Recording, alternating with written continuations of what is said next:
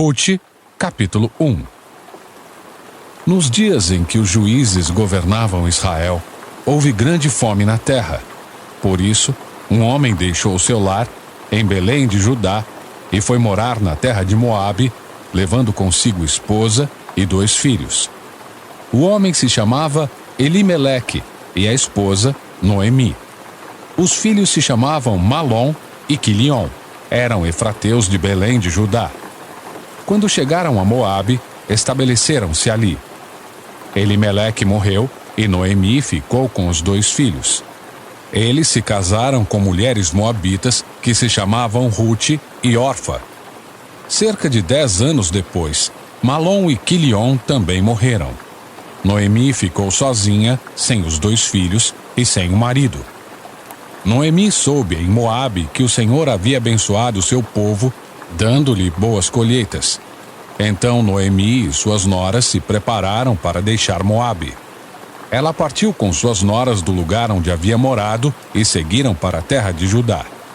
A certa altura, porém, Noemi disse às noras: "Voltem para a casa de suas mães. Que o Senhor as recompense pelo amor que demonstraram por seus maridos e por mim. Que o Senhor as abençoe com a segurança de um novo casamento." Então deu-lhes um beijo de despedida e as 3 começaram a chorar em alta voz. "Não", disseram elas, "queremos ir com você para o seu povo." Noemi, porém, respondeu: "Voltem, minhas filhas, porque vocês viriam comigo? Acaso eu ainda poderia dar à luz outros filhos, que cresceriam e se tornariam seus maridos? Não, minhas filhas. Voltem, pois sou velha demais para me casar outra vez. E mesmo que fosse possível eu me casar esta noite e ter filhos, o que aconteceria então? Vocês esperariam que eles crescessem, deixando assim de se casarem com outro homem? Claro que não, minhas filhas. Esta situação é muito mais amarga para mim do que para vocês, pois o próprio Senhor está contra mim." Então choraram juntas mais uma vez. Orfa se despediu de sua sogra com um beijo, mas Rute se apegou firmemente a Noemi. "Olhe, sua cunhada voltou para o povo e para os deuses dela", disse Noemi a Rute. "Você deveria fazer o mesmo." Rute respondeu: "Não insista comigo para deixá-la e voltar. Aonde você for, irei. Onde você viver, lá viverei. Seu povo será o meu povo, e seu Deus, o meu Deus. Onde você morrer, ali morrerei e serei sepultada. Que o Senhor me castigue severamente se eu permitir que qualquer coisa, a não ser a morte, nos separe." Quando Noemi viu que Rute estava decidida a ir com ela, não insistiu mais. Então as 2 seguiram viagem. Quando chegaram a Belém, toda a cidade se agitou por causa delas. "Será que é mesmo Noemi?" perguntavam as mulheres. "Não me chamem de Noemi", respondeu ela. "Chamem-me de Mara, pois o Todo-Poderoso tornou minha vida muito amarga. Cheia eu parti, mas o Senhor me trouxe de volta vazia. Por que me chamar de Noemi se o Senhor me fez sofrer e se o Todo-Poderoso trouxe calamidade sobre mim?" Assim, Noemi voltou de Moabe acompanhada de sua nora Rute, a jovem moabita. Elas chegaram a Belém quando começava a colheita da cevada. Capítulo 2. Havia em Belém um homem rico e respeitado chamado Boaz. Ele era parente de Elimeleque, o marido de Noemi. Certo dia, Rute, a moabita, disse a Noemi: "Deixe-me ir ao campo ver se alguém, em sua bondade, me permite recolher as espigas de cereal que sobrarem." Noemi respondeu: "Está bem, minha filha, pode ir." Rute saiu para colher espigas após os ceifeiros. Aconteceu de ela ir trabalhar num campo que pertencia a Boaz, parente de seu sogro, Elimeleque. Enquanto Rute estava ali, Boaz chegou de Belém e saudou os ceifeiros. "O Senhor esteja com vocês." "O Senhor o abençoe", responderam os ceifeiros. Então Boaz perguntou a seu capataz: "Quem é aquela moça? A quem ela pertence?" O capataz respondeu: "É a moça que veio de Moabe com Noemi." Hoje de manhã ela me pediu permissão para colher espigas após os ceifeiros. Desde que chegou, não parou de trabalhar um instante sequer, a não ser por alguns minutos de descanso no abrigo. Boaz foi até Rute e disse: ouça, minha filha, quando for colher espigas, fique conosco. Não vá a nenhum outro campo. Acompanhe as moças que trabalham para mim. Observe em que parte do campo estão colhendo e vá atrás delas. Avisei os homens para não a tratarem mal. E quando tiver sede, sirva-se da água que os servos tiram do poço. Rute se curvou diante dele com o rosto no chão e disse: o que fiz para merecer tanta bondade? Sou apenas uma estrangeira. Eu sei, respondeu Boaz, mas também sei de tudo que você fez por sua sogra, desde a morte de seu marido. Ouvi falar de como você deixou seu pai, sua mãe e sua própria terra para viver aqui no meio de desconhecidos. Que o Senhor, o Deus de Israel, sob cujas asas você veio se refugiar, a recompense ricamente pelo que você fez. Ela respondeu: espero que eu continue a receber sua bondade, meu senhor, pois me animou com suas palavras gentis, embora eu nem seja uma de suas servas.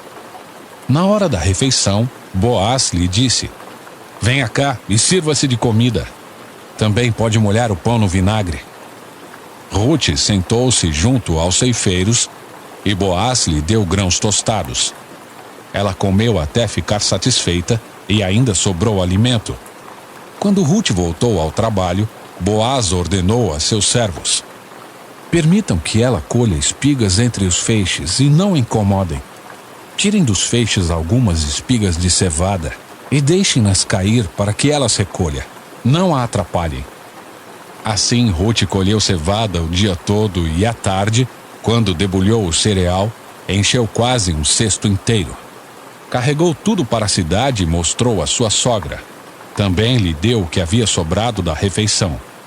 Onde você colheu todo esse cereal? Perguntou Noemi. Onde você trabalhou hoje?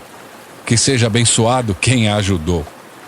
Então Rute contou à sogra com quem havia trabalhado. O homem com quem trabalhei hoje se chama Boaz. O Senhor o abençoe, disse Noemi à nora. O Senhor não deixou de lado sua bondade, tanto pelos vivos como pelos mortos. Esse homem é um de nossos parentes mais próximos, o resgatador de nossa família. Rute, a moabita, acrescentou: Boaz disse que devo voltar e trabalhar com seus ceifeiros até que terminem toda a colheita. Muito bom, exclamou Noemi. Faça o que ele disse, minha filha. Fique com as servas dele até o final da colheita. Em outros campos poderiam maltratá-la.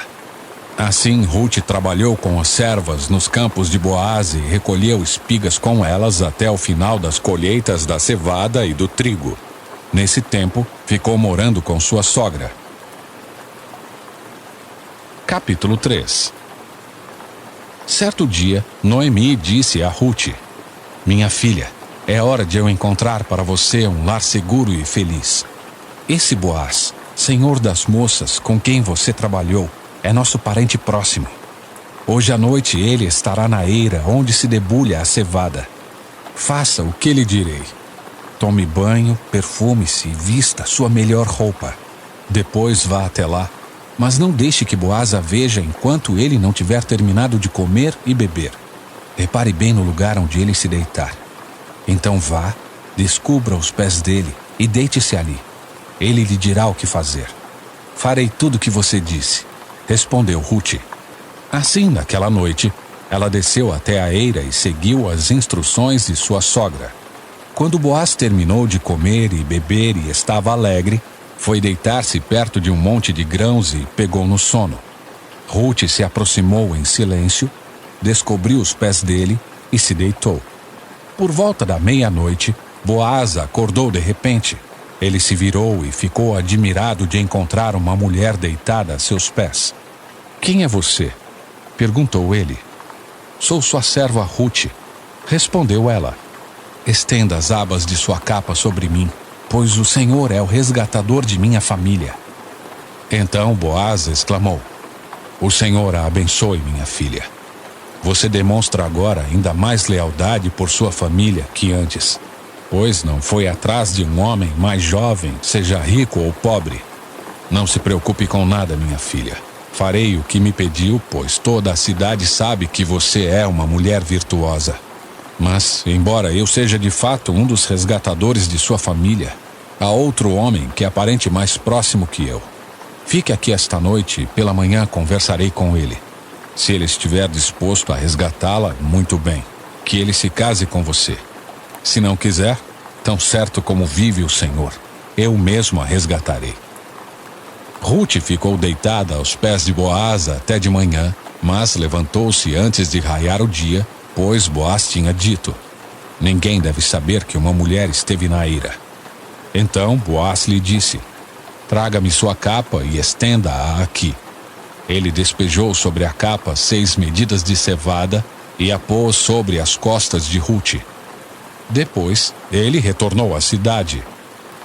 Quando Ruth voltou à sua sogra, ela lhe perguntou: como foi, minha filha? Ruth contou a Noemi tudo o que Boaz havia feito e acrescentou: ele me deu estas 6 medidas de cevada e disse: não volte para sua sogra de mãos vazias. Então Noemi disse: tenha paciência, minha filha, até sabermos o que vai acontecer. Boaz não descansará enquanto não resolver esta questão ainda hoje. Capítulo 4. Boaz foi à porta da cidade e sentou-se ali. Nesse momento, ia passando o parente resgatador que ele havia mencionado. Boaz o chamou: vem cá e sente-se, amigo. Quero conversar com você. O homem foi e se sentou. Então Boaz chamou 10 autoridades da cidade e pediu que se sentassem com eles. Em seguida, disse ao resgatador da família: você conhece Noemi, que voltou de Moabe? Ela está vendendo a propriedade de nosso parente Elimeleque. Pensei que devia falar com você a esse respeito, para que você a resgate, caso tenha interesse. Se quer a propriedade, compre-a na presença das autoridades do meu povo. Se não tiver interesse por ela, diga-me logo, porque, depois de você, sou o resgatador mais próximo. O homem respondeu: está certo, eu resgatarei a propriedade. Então Boaz lhe disse: é claro que, ao comprar a propriedade de Noemi, você também deve se casar com Ruth, a viúva moabita. Desse modo, ela poderá ter filhos que levem o nome de seu marido e mantenham a herança na família dele. Se é assim, não posso resgatá-la, respondeu o parente resgatador. Isso poria em risco minha própria herança. Resgate você a propriedade, eu não posso fazê-lo. Naqueles dias, havia o seguinte costume em Israel: quando alguém queria transferir o direito de resgate e troca, tirava a sandália e a entregava a outra pessoa para validar publicamente a transação. Assim, o outro parente resgatador tirou a sandália e disse a Boaz: compre você a propriedade. Então Boaz disse às autoridades da cidade e ao povo ao redor: vocês são testemunhas de que hoje comprei de Noemi toda a propriedade de Elimeleque, Quilion e Malom. E junto com a propriedade, tomei como esposa Ruth, a viúva moabita de Malom. Assim ela poderá ter um filho que leve o nome da família de seu falecido marido e herde a propriedade da família aqui na cidade natal dele. Vocês hoje são testemunhas disso. As autoridades da cidade e todo o povo que estava na porta responderam: somos testemunhas. Que o Senhor faça a esta mulher que chega à sua família o que ele fez a Raquel e Lia, das quais descendeu toda a nação de Israel. Que você seja próspero em Efrata e famoso em Belém. Que o Senhor lhe dê com esta jovem uma descendência numerosa como a de nosso antepassado Perez, filho de Tamar e Judá. Boaz levou Ruth para a casa dele e ela se tornou sua esposa. Quando Boaz teve relações com ela, o Senhor permitiu que ela engravidasse e ela deu à luz um filho. Então as mulheres da cidade disseram a Noemi: louvado seja o Senhor, que hoje provê um resgatador para sua família. Que este menino seja famoso em Israel. Que ele restaure seu vigor e cuide de você em sua velhice, pois ele é filho de sua nora, que a ama e que tem sido melhor para você do que 7 filhos. Noemi pegou o bebê, aninhou-o junto ao peito e passou a cuidar dele como se fosse seu filho. As mulheres da vizinhança disseram: Noemi tem um filho outra vez, e lhe deram o nome de Obed. Ele é o pai de Jessé, pai de Davi. Esta é a genealogia de Perez. Perez gerou Esrom, Esrom gerou Rão, Rão gerou Aminadab, Aminadab gerou Naasson, Naasson gerou Salmão, Salmão gerou Boaz, Boaz gerou Obed, Obed gerou Jessé, Jessé gerou Davi.